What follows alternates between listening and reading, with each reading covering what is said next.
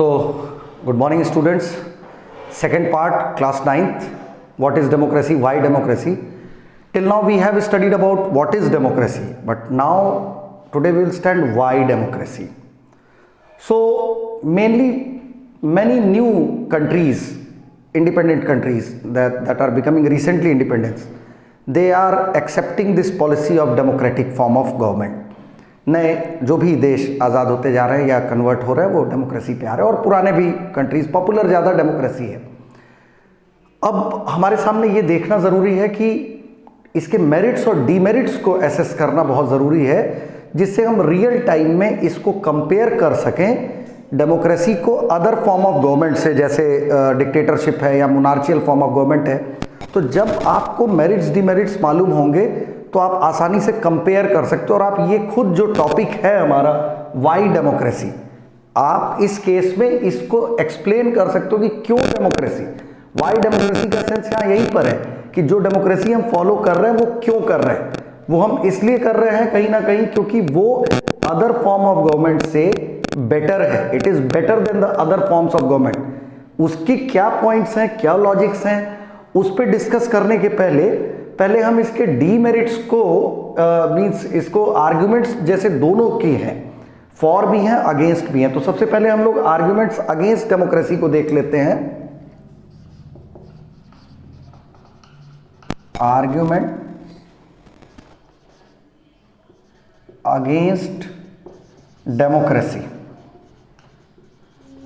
अब ये जो आर्ग्यूमेंट्स अगेंस्ट डेमोक्रेसी है, जो ये प्रूव करना चाह रहा है कि डेमोक्रेसी बहुत प्रॉपर है नहीं, तो इनके जरा पॉइंट्स को एसेस करते हुए चला जाए कि जो लोग ये लॉजिक दे रहे हैं वो क्या कह रहे हैं, उनकी बातों को समझा जाए।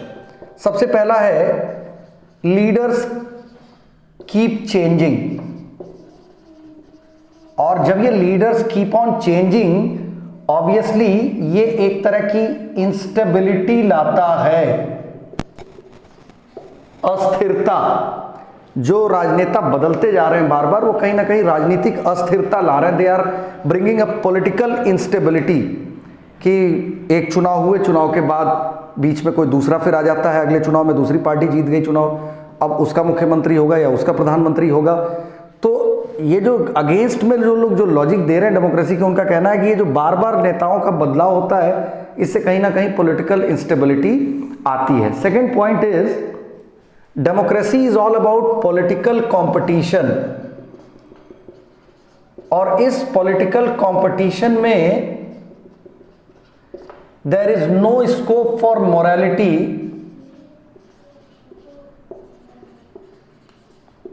और कहीं ना कहीं आप ये भी कह सकते हो करप्शन को बढ़ावा देता है। ऐसा मानना है कुछ लोगों का जो आर्गुमेंट अगेंस्ट डेमोक्रेसी देते हैं कि ये जो पॉलिटिकल कंपटीशन है, बहुत ज़बरदस्त पॉलिटिकल कंपटीशन है। जाहिर सी बात है हर पार्टी चुनाव जीतना चाहती है और चुनाव जीतना भी किसी भी शर्त पे चुनाव जीत जाना चाहती है, और ये कहीं ना कहीं करप्शन को बढ़ावा देता है। अब इसमें कई बार अब तो बहुत से संशोधन हो चुके हैं। There have been lot of modifications now by supreme court, honourable supreme court या संसद ने भी बहुत से नए प्रावधान बनाए, नए रूल्स बनाए। तो अल्टीमेटली इनका पर्पस क्या होता था कि कोई भी व्यक्ति चुनाव लड़ जाता है, कोई इंडस्ट्रियलिस्ट आ जाता है, वो ज़रूरत से ज़्यादा पैसा खर्च करता है, वोटर्स को अफेक्ट करता है कहीं ना कहीं से। तो इस तरीके से चुनाव प्रभावित होते हैं, करप्शन होता है, नेता किसी भी तरह से चुनाव जीतना चाहते हैं धन के बल के प्रयोग से। तो बहुत से ऐसी चीज़ें होती हैं जो कहीं ना कहीं अफेक्ट करती हैं इस कॉम्पिटिशन को। मारपीट, झगड़े, बवाल, दंगा हो जाना, ये सारी चीज़ें पार्ट हो जाती हैं इस पॉलिटिकल कॉम्पिटिशन के। Now the third point is many people have to be consulted।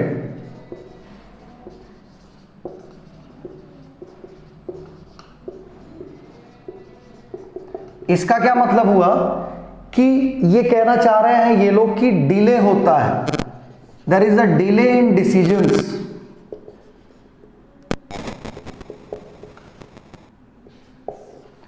Delay होता है, डेफिनेटली होता है। अभी जब हम लोग फॉर मींस इसके फेवर में मैं बात करूंगा तो अभी आपको मैं डीपली इस टॉपिक को बताऊंगा। पहले सिर्फ जो ये लॉजिक जो लोग दे रहे हैं आर्गुमेंट अगेंस्ट डेमोक्रेसी के, उसको मैं सिर्फ आपको बता दूं कि लॉजिक क्या है। उनका ये मानना है चूंकि डेमोक्रेटिक सिस्टम में कोई एक आदमी सर्वोपरि नहीं है कि वो सीधे सारे निर्णय अधिकार उसको दिए गए हों कि वो ले ले, तो वो एक्चुअली करता क्या है कि वो कहीं ना कहीं से वो इस तरह के डिसीजंस हैं, वो एक सिस्टम बना हुआ है, उस सिस्टम में lot of people have to be consulted, बहुत से लोगों तक जाता है, निर्णय होता है, तब जाके कोई आखिरी निर्णय लिया जाता है। बाकी अभी इस पॉइंट को मैं डिटेल में आपको फॉर्म में एक्सप्लेन करूंगा, इसके फेवर में जो बात मैं करूंगा। तो इनका ये कहना है कि ढेर सारे लोगों से कंसल्ट होना होता है, कोई भी डिसीजन एक प्रोसेस में होके जाता है जो बहुत देरी करता है और जो कहीं ना कहीं नुकसानदायक हो जाता है। Then we have fourth point, that is elected leaders. Many elected leaders do not know the best interest of people.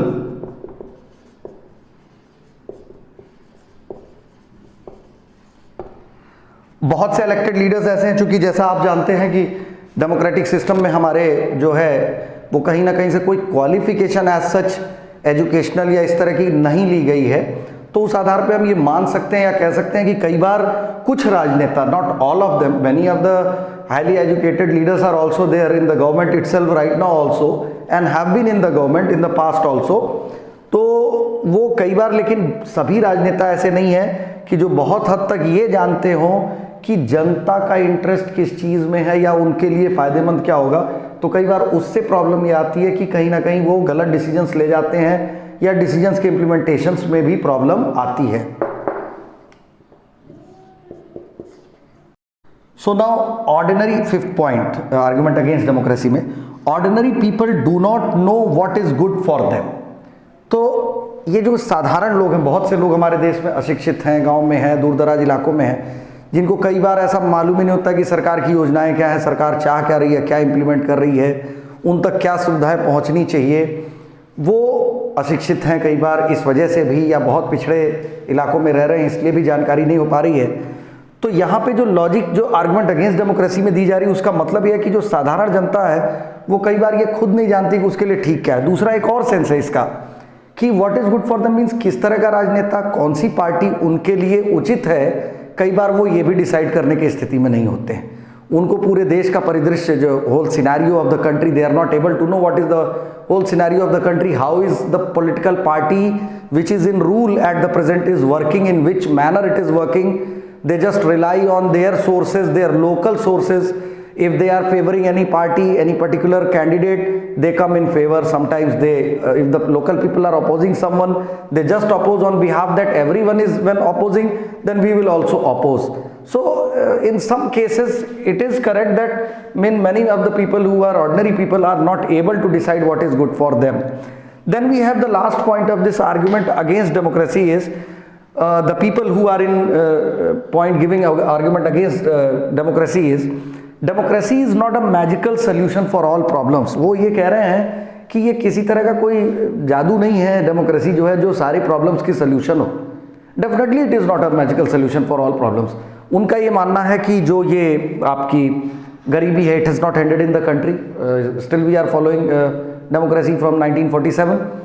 तो इसका मतलब ये कि कई बार उनका ये भी मानना है कि डिसीजंस पब्लिक के विलिंगनेस से लिए जाते हैं, लेकिन ऐसा भी नहीं कि हर बार वो डिसीजंस करेक्ट हो जाए।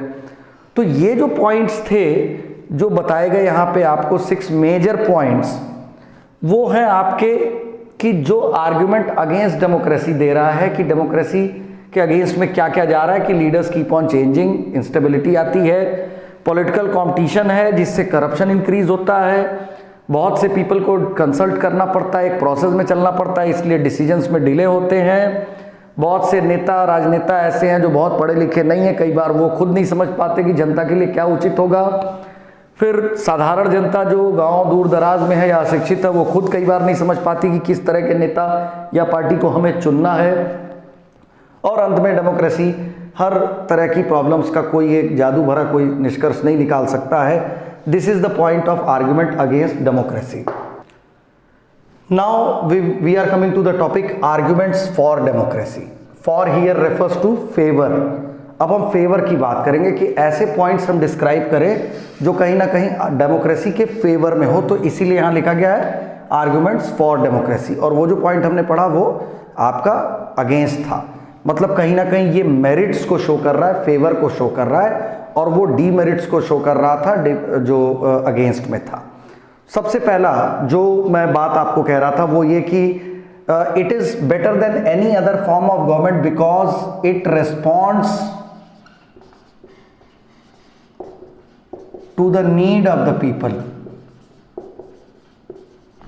कहीं ना कहीं ये जागरूक है जनता की ज़रूरतों के प्रति। कोई और गवर्नमेंट डेमोक्रेसी के अलावा कहीं ना कहीं से इस तरह की होती नहीं है। और दूसरी चीज़, इसमें एक और इम्पॉर्टेंट चीज़ जो मैं जोड़ूंगा, it is accountable form of government. तो अकाउंटेबल फॉर्म होता है गवर्नमेंट का, इसका सेंस ये है कि कहीं ना गवर्नमेंट ये जिम्मेदारी है, जवाबदेही है। कोई भी और form of government, either it is a dictatorship government और अ मिलिट्री रूल और अ मोनार्चियल फॉर्म ऑफ गवर्नमेंट में कोई जवाबदेही नहीं होती है। जो शासक है, डिक्टेटर, तो फोर्सिबली रूल को अपने कंट्रोल में किया हुआ है। Why he will give any answer to any people और एनी ऑर्गेनाइजेशन और any committee. Same is the case of monarchial form of government where the ruler is hereditarily gaining the power. वो अपने वंशानुगत आधार पर पावर पा रहा है, वो जनता ने उसको नहीं बैठाया हुआ है। यहाँ जनता के प्रति जवाबदेही है जो इलेक्टेड लीडर है, तो इसलिए वो अकाउंटेबल है, तो इसीलिए वो रिस्पॉन्ड करेगा नीड्स पे। तीसरा पॉइंट जो आपको मैं उस समय कह रहा था कि जब मैं फेवर में आऊँगा तो आपको मैं एक्सप्लेन करूँगा, वो जो डिलेज की बात मैं कर रहा था। जो डिलेज, जो lot of people have to be consulted, lot of people have to be consulted, जो पॉइंट था अगेंस्ट में, मैंने आपको कहा था उस पॉइंट को एक्सप्लेन कर दूंगा मैं यहाँ पे। ये आप इसके पॉजिटिव पॉइंट को देखिए, it improves the quality of decision making.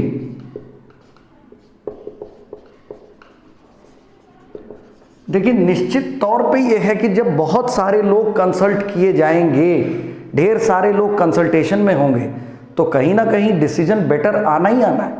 कोई एक निर्णय है, सपोज करो आपके क्लास में ही है, और कोई एक बच्चा अगर किसी चीज़ पे एग्री कर रहा है और तुरंत उसको फॉलो कर लिया जाए, तो हो सकता है, मे बी देखिए चांसेस, प्रोबेबिलिटी तो हर चीज़ की होती है, हो सकता है उसने सही लिया हो, लेकिन प्रॉब्लम्स भी आ सकती हैं। और अगर वही चीज़ सभी बच्चों से कंसल्ट कर ली जाए कि अपना अपना व्यू बताओ, तो वो क्या होगा, जब अपने व्यूज़ बताएंगे तो whatever decision has to be taken either in favour or against, उसके मेरिट्स डिमेरिट्स सभी कोई बताने लगेगा। तो उससे फ़ायदा ये होगा कि जो अल्टीमेट डिसीजन आएगा, जो लास्ट में डिसीजन आएगा, उसके प्रॉम्प्ट होने के चांसेस बहुत ज़्यादा बढ़ जाते हैं।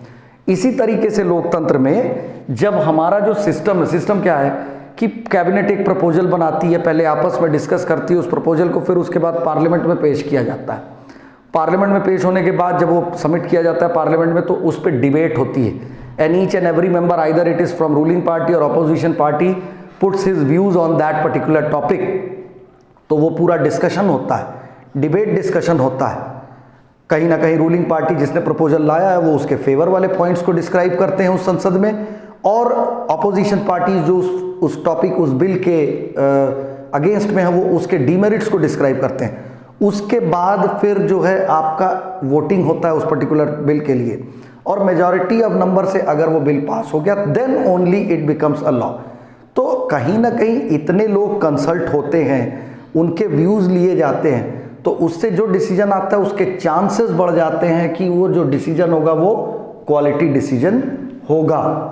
Then we have the next point, that is yes, democracy provides a method to deal with differences and conflicts, provides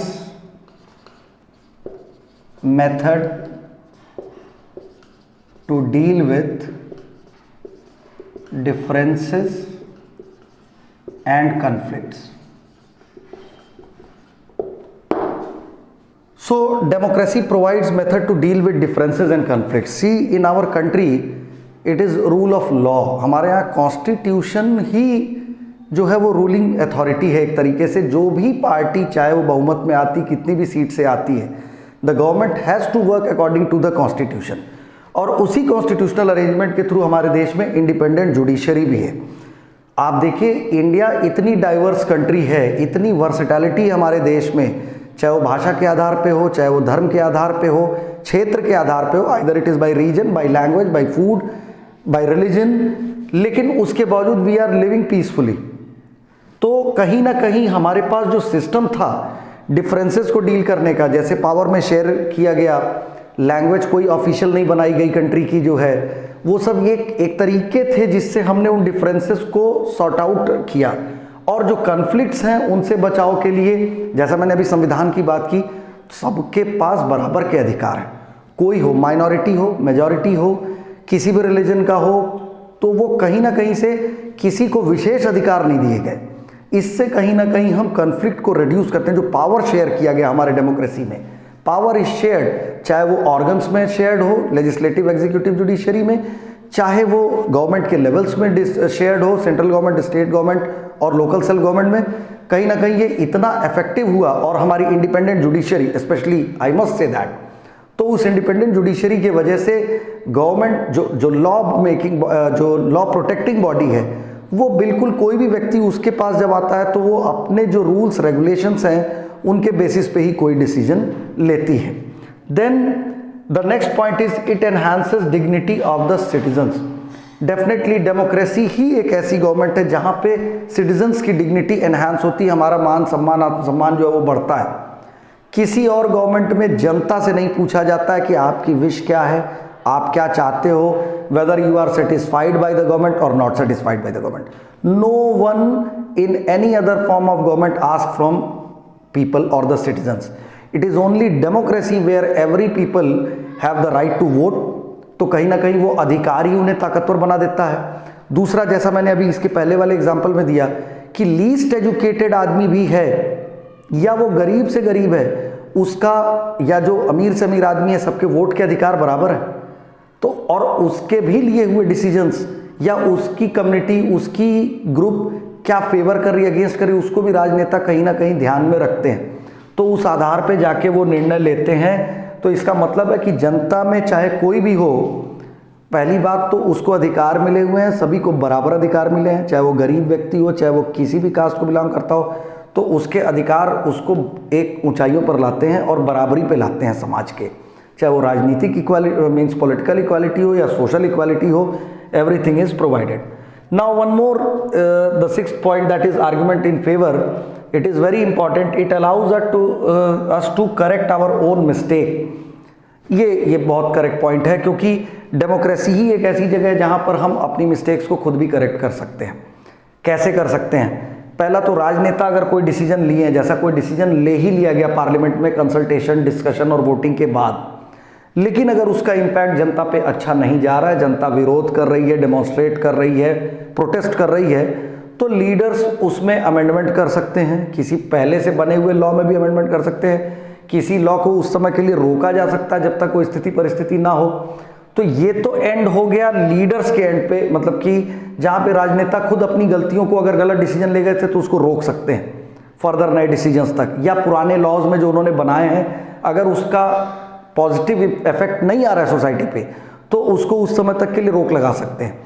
दूसरा आता है जनता पे, यही point, correct our own mistake. Suppose करिए हम लोगों ने जिस पार्टी या जिस राजनेता को इस बार चुनाव में चुना, वो हमारे एक्सपेक्टेशन के हिसाब से काम नहीं कर रहा है, तो अभी क्या है कि हमारे पास भी ये रूम है, ये जो रूम है करेक्ट करने का अपने मिस्टेक्स को, ये यही कहता है कि हम भी अपनी गलती को सुधार कर सकते हैं। कैसे सुधार कर सकते हैं? जाहिर सी बात है, हमारे देश में जो पॉलिटिकल सिस्टम चलता है उसमें after a regular interval, that is 5 years, हर 5 साल बाद हमारे जनरल इलेक्शंस होते हैं, चाहे वो लोकसभा के हो चाहे वो विधानसभा के हो। अब अगर हम ये रियलाइज़ कर रहे हैं कि हमने गलत कैंडिडेट को चुन लिया था, तो अगले चुनाव में हम स्वतंत्र हैं, फिर से हमें हमारे अधिकार मिलेंगे, फिर से हम वोट करने जाएंगे, और इस बार जब हम जाएंगे तो हम अपनी पिछली गलती का सुधार कर लेंगे। तो इस तरीके से आप इसका उदाहरण भी देख सकते हैं।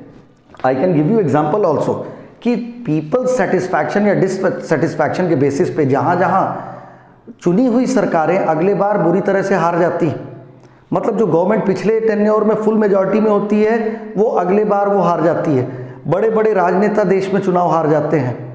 तो ये प्रूव करता है कि जनता जहाँ महसूस करती है कि और इस जनता में कोई अमीर गरीब नहीं है, जैसा मैंने कहा enhances the dignity of the citizens, इसमें सभी बराबर है, तो वो सभी के वोट काउंट होते हैं और इक्वल काउंट होते हैं।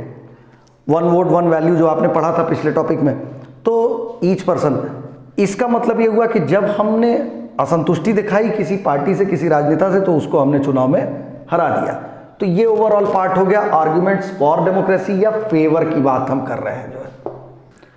सो नाउ कंक्लूजन वाइज अब हमने दोनों टॉपिक को पढ़ लिया, हम लोगों ने आर्ग्यूमेंट अगेंस्ट डेमोक्रेसी भी पढ़ लिया और हमने आर्ग्यूमेंट के फेवर में भी टॉपिक्स को पढ़ लिया। और दोनों को पढ़ने के बाद आप स्वयं, मुझे लगता है now you all are able to give a conclusion that which is a better form of government. जो वाई डेमोक्रेसी हम टॉपिक पढ़ रहे हैं कि क्यों डेमोक्रेसी, तो क्यों डेमोक्रेसी इसीलिए क्योंकि ये बेटर है। क्यों बेटर है? जैसा अभी हम लोगों ने पढ़ा कि इसके अलावा किसी और गवर्नमेंट में सिटीजन्स की डिग्निटी नहीं होती, उनका कोई मान सम्मान नहीं होता है, ना उनसे किसी तरह की कोई कंसल्टेशन होती है, ना वो किसी डिसीजन मेकिंग में होते हैं, दे हैव टू फॉलो। दूसरी चीज़, किसी और फॉर्म ऑफ गवर्नमेंट में जैसा हम लोगों ने अभी डिस्कस किया कि हमारे पास गलती को सुधारने का मौका नहीं होता है। डिक्टेटर है तो he will be dictator till means he has the power to hold forcibly that rule. Military ruler है तो वो तब तक उस शासन पर काबिज रहेगा जब तक उसके पास ताकत है, सेना का सपोर्ट है, वो उस रूल को करता रहेगा। यहाँ हमारे पास ही सिर्फ ये ताकत है कि हम जिसको चाहें हम उसको चुन सकते हैं, और वो भी एक सबसे बड़ी ताकत, जैसा मैंने कहा बेटर फॉर्म को प्रूव करने के लिए, कि अगर हम उस व्यक्ति से भी असंतुष्ट हो गए तो he will not remain the ruler for ever, we will change him after 5 years और इन द नेक्स्ट इलेक्शंस। या जैसे मैंने कहा कि lot accountable form of government means जनता के प्रति जवाबदेही है, संसद के अंदर भी संसद के बाहर भी। आप देखिए पार्लियामेंट में क्वेश्चन आवर्स होते हैं, ये क्वेश्चन आवर्स होते क्या हैं, सारे जो अपोजिशन पार्टीज़ के लोग हैं, यहाँ तक कि खुद रूलिंग पार्टी के भी मेंबर ऑफ पार्लियामेंट जो होते हैं वो क्वेश्चन करते हैं, और उस संबंधित विभाग का जो मंत्री होता है means the responsible minister of that department answers them, they have to give the answer. अगर इमीडिएटली नहीं दे पाए तो वो टाइम लेकर बता देते हैं कि माननीय सदस्य को मैं फला दिन ये जवाब दूंगा, अपने अपने डिपार्टमेंट की पूरी डिटेल्स वो मंगा के रखते हैं अपने अधिकारियों से। तो ये जवाबदेही का मतलब क्या कि आपके विभाग में क्या काम हो रहा है, कितना फंड अलॉट किया गया, कहाँ तक उसकी प्रगति है, मीन्स कितना स्टेटस क्या है उसका, ये सारा जवाब वो संसद के अंदर दे रहे हैं, तो कहीं ना कहीं आंसरेबल हो गए। और उसके बाद हमारे आपके बीच भी आंसरेबल हैं। जब 5 साल बाद वो हाथ जोड़ के वोट मांगने आएंगे तो डेफिनेटली आप भी उनसे सवाल कर सकते हो कि नेताजी आपने किया क्या 5 साल। तो कहीं ना कहीं ये सारे ऑप्शंस हमको कहीं ना कहीं accountable form of government, allows correct mistakes.